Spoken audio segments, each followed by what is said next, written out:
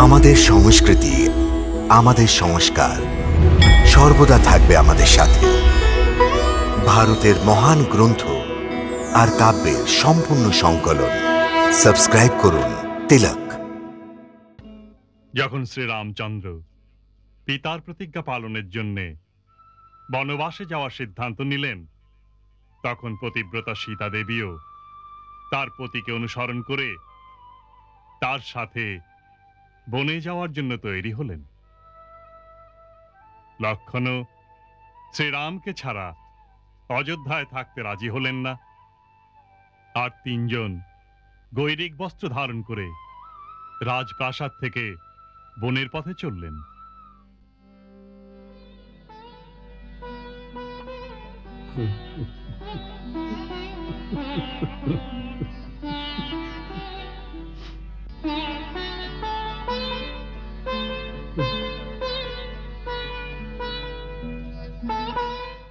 পিতা পরমেশ্বর, আমাদের আশীর্বাদ করে বিদায় দিন।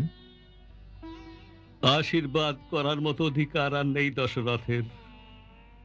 এমন পিতা না কোনো কালে হয়েছে, আর না হবে। আপনি শোক করবেন না পিতা। আপনার ন্যায় আদর্শ রাজা আর ধর্মপালক পিতার জন্য আমরা গর্বিত থাকব।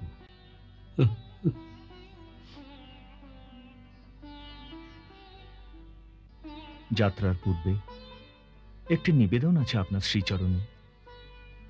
আমার মাতা দেবী কৌশল্যা আমার বনবাসে যাওয়ায় অত্যন্ত ব্যথিত। ওকে ধৈর্য ধরতে বলবেন, ওর প্রতি দৃষ্টি রাখবেন আর ওর প্রতি কৃপা বজায় রাখবেন।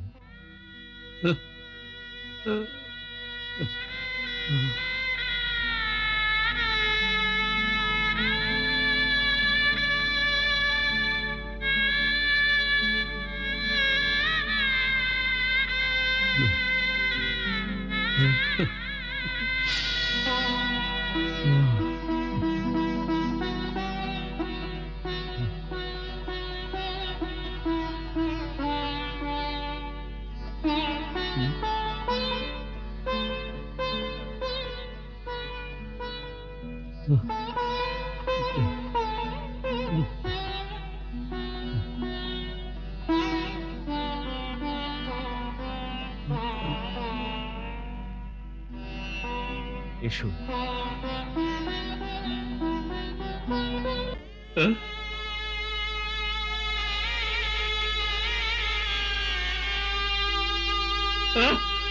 আমার রাম যাচ্ছে, আমার রাম চলে যাচ্ছে, আমার রামকে থামাও, আমার রামকে থামাও, আমার রামকে থামাও, আমার রাম চলে যাচ্ছে, আমার রাম, শ্রীরামচন্দ্রের মহারাজ, শ্রীরামচন্দ্রের মহারাজ, শ্রীরামচন্দ্রের আমার রাম যাচ্ছে, আমার রাম, আমার রামকে থামাও, আমার রামকে থামাও, রাম, রাম, আমার রামকে থামাও, আমার রামকে থামাও, রাম, রাম, রাম, রাম, আমার রামকে থামাও, আমার রামকে থামাও, আমার রামকে থামাও, রাম, আমার রাম, স্বামী, আমার রাম, স্বামী, আমার রাম, স্বামী এ কি করছেন স্বামী? সরে যাও মহারাজা, মহারাজা এ কি করছেন মহারাজ? সরে যাও আমার সামনে থেকে কলঙ্কিনী। আজ এই মুহূর্তে আমি তোকে পরিত্যাগ করলাম। আমি সবার সামনে ঘোষণা করছি যে বিবাহের সময় আমি পবিত্র অগ্নির সামনে যে কথা দিয়েছিলাম সব সমাপ্ত হয়ে গেছে। এরপর এই লোকে আর পরলোকেও তোমার আমার কোনো সম্পর্ক থাকবে না। আজ থেকে তুমি নিজেকে বিধবা মনে করো, বিধবা।